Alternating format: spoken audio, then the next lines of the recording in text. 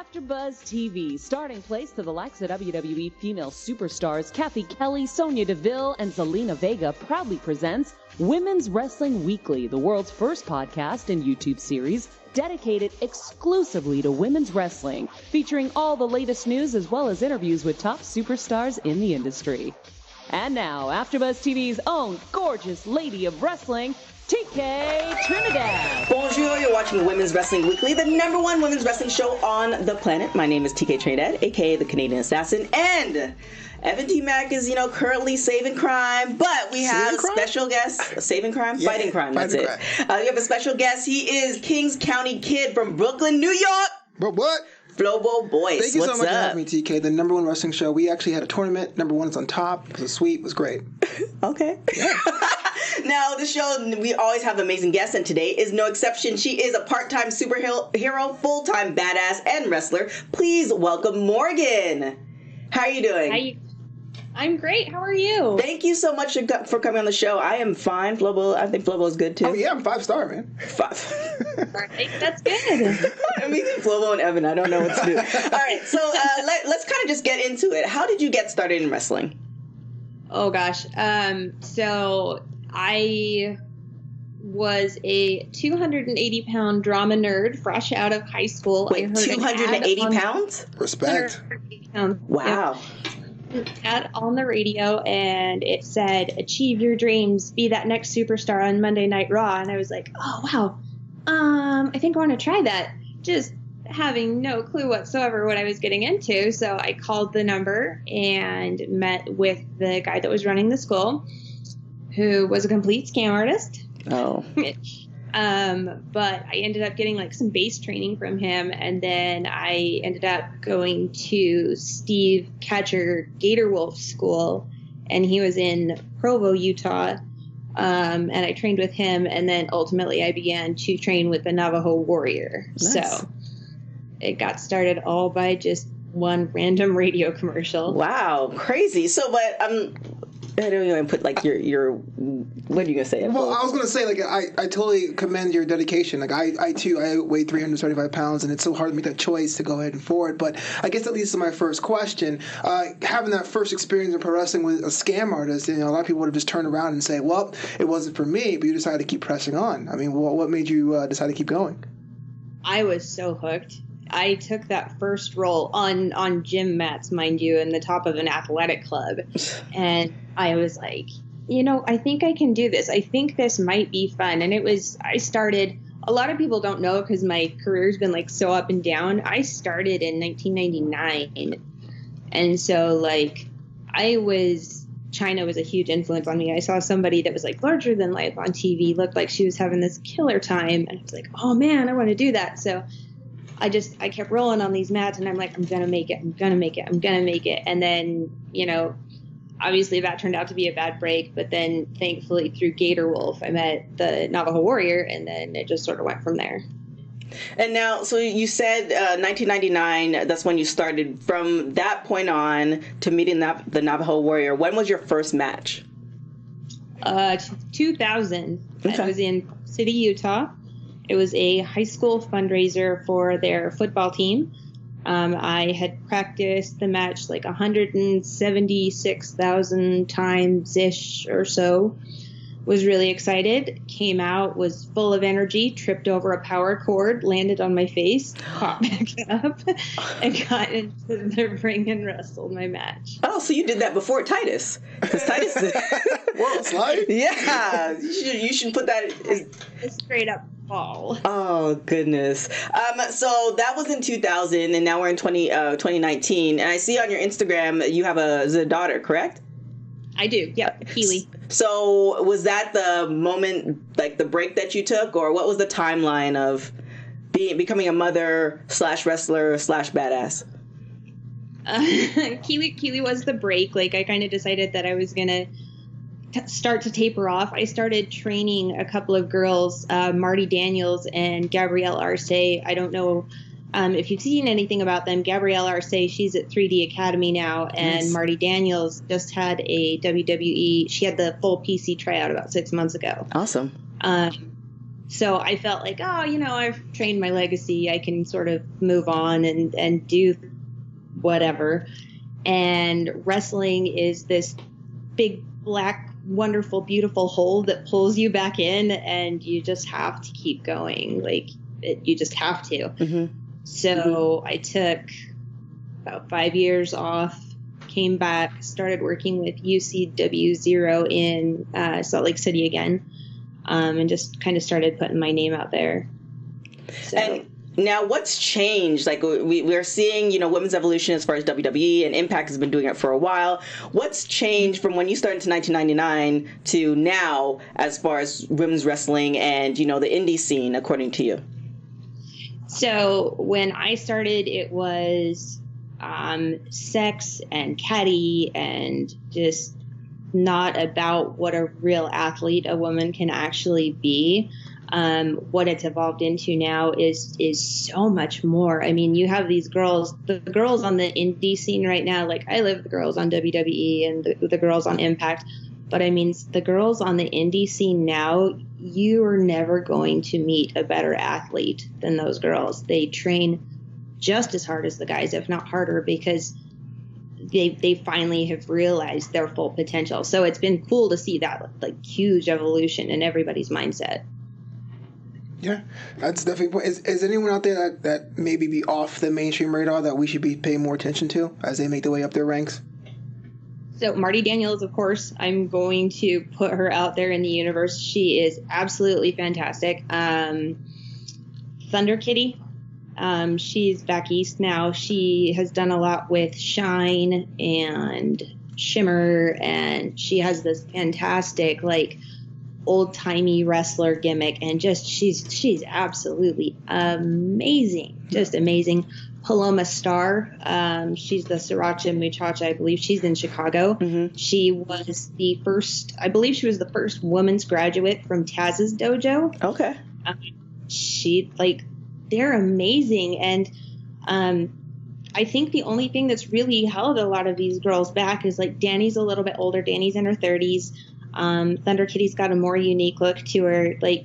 I think the reason that some of us don't get picked up is that we don't fit that super, not supermodel profile, but we don't have that perfect for TV face. We can right, with a lot of makeup effort, but we just don't have that ideal look yet. Yeah, I think that's changing, with WOW, even AEW, it's not your, and with WWE, I mean, WWE still is a little bit more commercial, but I think that's changing. We're on our 90th plus show and we've maybe had 3 or 4 returning guests.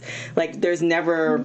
a lack of female wrestlers and talented female wrestlers. So, I think the look of that is changing, especially with something like WOW. You just see, every woman from different size, shape, color at WOW. So I think people are taking a look at that and seeing that, representation, matters.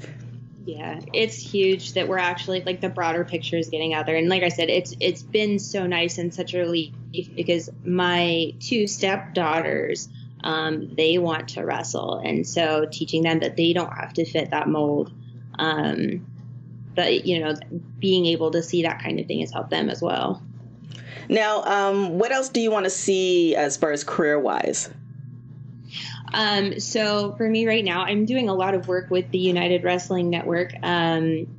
David Marquez and Mick Greenwood and those guys have been absolutely fantastic to me. And I actually got a little promo blitz about getting a shot at the NWA women's title against Allison Kay or Cien, or I'm not sure what they call her now. To have that shot, I would love. I was really random little known fact. I was the NWA Rocky Mountain Women's Champion in 2002-ish, probably. Mm-hmm. I wrestled at the Corn Palace in South Dakota. And I wrestled against Madison, who was the NWA champion at that time. And so like having those little opportunities and the possibility of being able to have that opportunity one more time. Like I totally want to at least do that to show my kids, my students, you know, you can do it. If you put your head and your heart into it, you can do it. So currently the United Wrestling Network circuit is Hollywood, Arizona. Any ones I'm missing there? As far as Hollywood and Arizona are the big ones. They are moving into Nevada. Okay. Now too, and I believe they have one, I want to say in Memphis, and they're partnered with China as well. So yeah, big things are coming. There's a lot of opportunities for sure, and there's a lot of good girls that have gone through there. So, I mean, each of us has a really good shot. So, in the mind's eye, when you envision success for yourself, what exactly do you picture?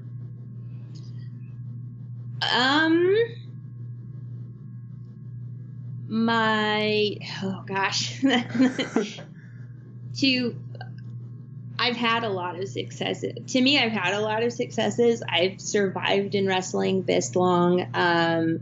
I tore my hamstring completely off the bone in a wrestling match 2 years ago, and came back probably stronger than ever this last go round. So that's been another success. But probably being able to see one of my girls or one of my opponents that I worked really, really close with finally get like their big break and their big TV time and big TV shots, like that would be probably my greatest success. Now, you've gone up or had matches with quite a few women. I mean, obviously starting 1999. Wow, it seems like so long ago. It is long ago. Is there anybody else that you want to have a match against that you haven't had a match with? I want to have a match with Jazz. She's on my list. She's awesome. Mercedes Martinez is extremely high on my list. I was fortunate enough and I got one bucket list match with Ray's. I would like another one because she was absolutely fantastic. I would like to work with Bonnie Maxim. She goes by Rain. She's in Hawaii. Sumi Sakai. The list is long. Yeah. Awesome Kong. So many like amazing like female wrestlers. It's just hard. What I also noticed too is that it's like literally half a degree of separation. Like when I talk to or research on one wrestler, I'm like, oh my gosh, like she knows 10 of the wrestlers that's been on the show that I've spoken to. So it's really awesome that there's a unique network. It's different from the guys. The guys know each other, but they don't really like rock with each other like some of the females do.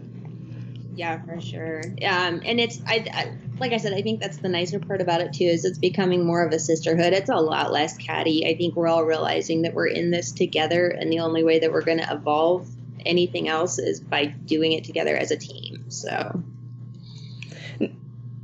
Excellent. I that's pretty cool. You have a list of like, dream matches or what have you. But I guess my question is, when you have that opportunity to wrestle someone on your list, because I know that list was probably longer a couple of years ago, do you approach those matches a little bit differently when you're with someone, or you just treat it like a normal match, or do you try to do something special because it's someone that you ever were dreaming about wrestling with, or? I try to like set like a new bar for myself. Like I wrestled Sarah Del Rey. I had an opportunity to wrestle Sarah Del Rey in Japan, and I wanted to better myself like 6 steps ahead of what I was ready for. And I was like, well, we can do this. And it didn't go as well as I planned. And so I keep like trying to find like these little things that are going to make them better. I wrestled Jungle Girl. Like I had a goal that I wanted to take that splash. I want to be able to help them look as good as what they're helping me look as good as. That sounded terrible. I want them to look as good as what I want. You want them to look as good as they're making you. Yeah.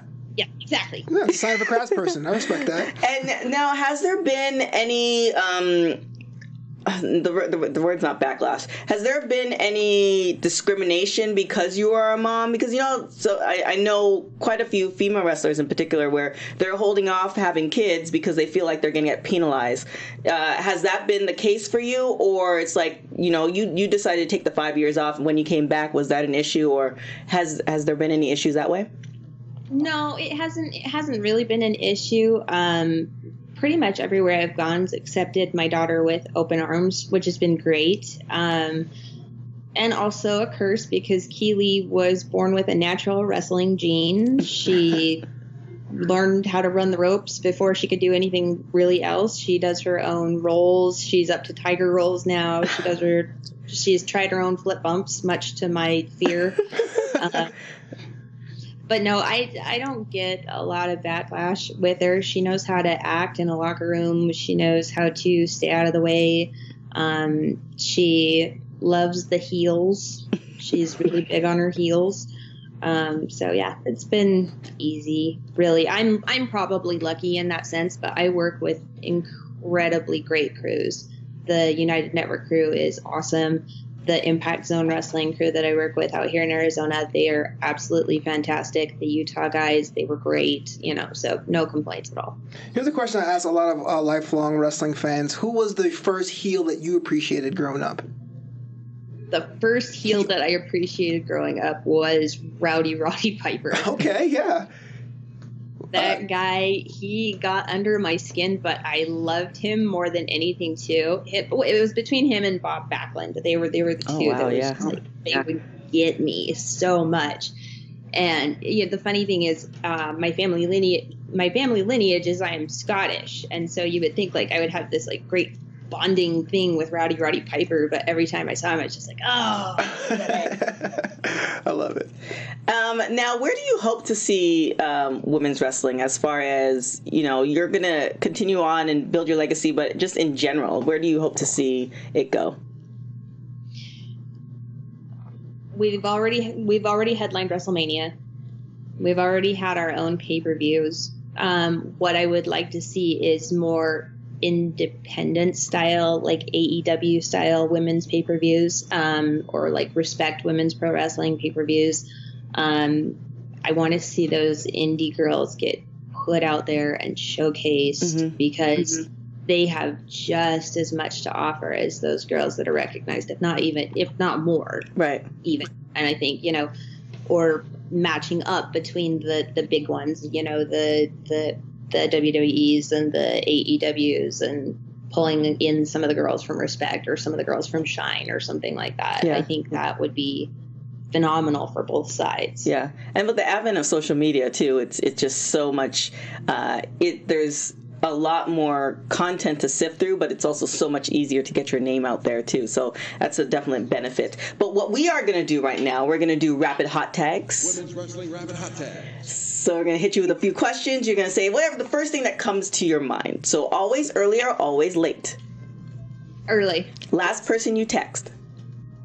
My husband. If you were to listen to one album for the rest of your life, what would it be?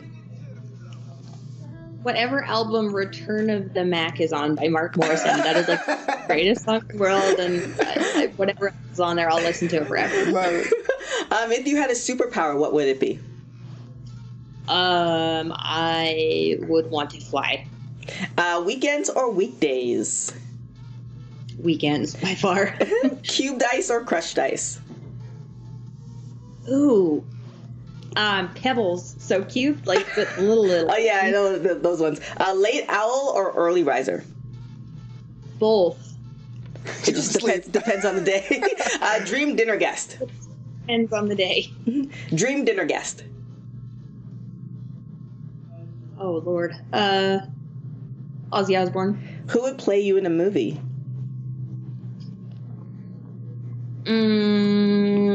If I was lucky, Salma Hayek. Okay. Last show you binge watched? Believe it or not, Renegade. Okay. And last meals, your last meal on Earth, what would it be? It would be a ribeye steak by far. Yes, agreed. I'm not even like a meat eater anymore, and that just sounds delicious. Thank you so much for coming on. As far as social media, where can people find you? You can find me. My Twitter is @CrazyHotMorgan. My Instagram is @CrazyHotMorgan. You can find me smeared all over Facebook. I think it's all the same. I'm pretty sure. Yeah, and United Wrestling Network. at United Wrestling Network, at Fight TV. You can find me at any of those places. Well, thank you, Morgan, so much for coming on. We really, really appreciate it. We look forward to you and your daughter in the ring. I mean, daughter in the ring someday. You now. But thank you so much for coming on. We really, really appreciate it. Look forward to the rest of your career in wrestling. Flobito, where can people find you? You can find the local karaoke bar doing the Return to Mac cover. No, I'm kidding. On Twitter at FloboBoys, Instagram at Flobito, and Flobito.com. Thank you guys so much for watching the show. Without you, we wouldn't be the #1 women's wrestling show on the planet. You can follow us on all social media platforms at WPW Weekly. Don't forget to follow AfterBuzz TV on everything, Twitter, Instagram, all that good stuff. If you're watching us on YouTube, hit that subscribe button. iTunes, Spotify, all that good stuff. Make sure to listen and hit that like button as well. Give us 5 stars because we don't want to get anything less. And leave your comments. We are reading those comments. And if there are any wrestlers, female wrestlers that you want to see on the show, please DM me at TkTrinidad or DM us at WPW Weekly and let us know who you would like to see. Other than that, we will see you guys next week. Ciao. Executive producers Kevin Undergaro, Maria Menounos, Phil Svitek, producer TkTrinidad, and me, Mark Donica, your voice of AfterBuzz TV Wrestling. We ask you to rate and comment on iTunes, subscribe to AfterBuzz Wrestling on YouTube, and find us on all social media. Thank you for watching Women's Pro Wrestling Weekly. See you next week.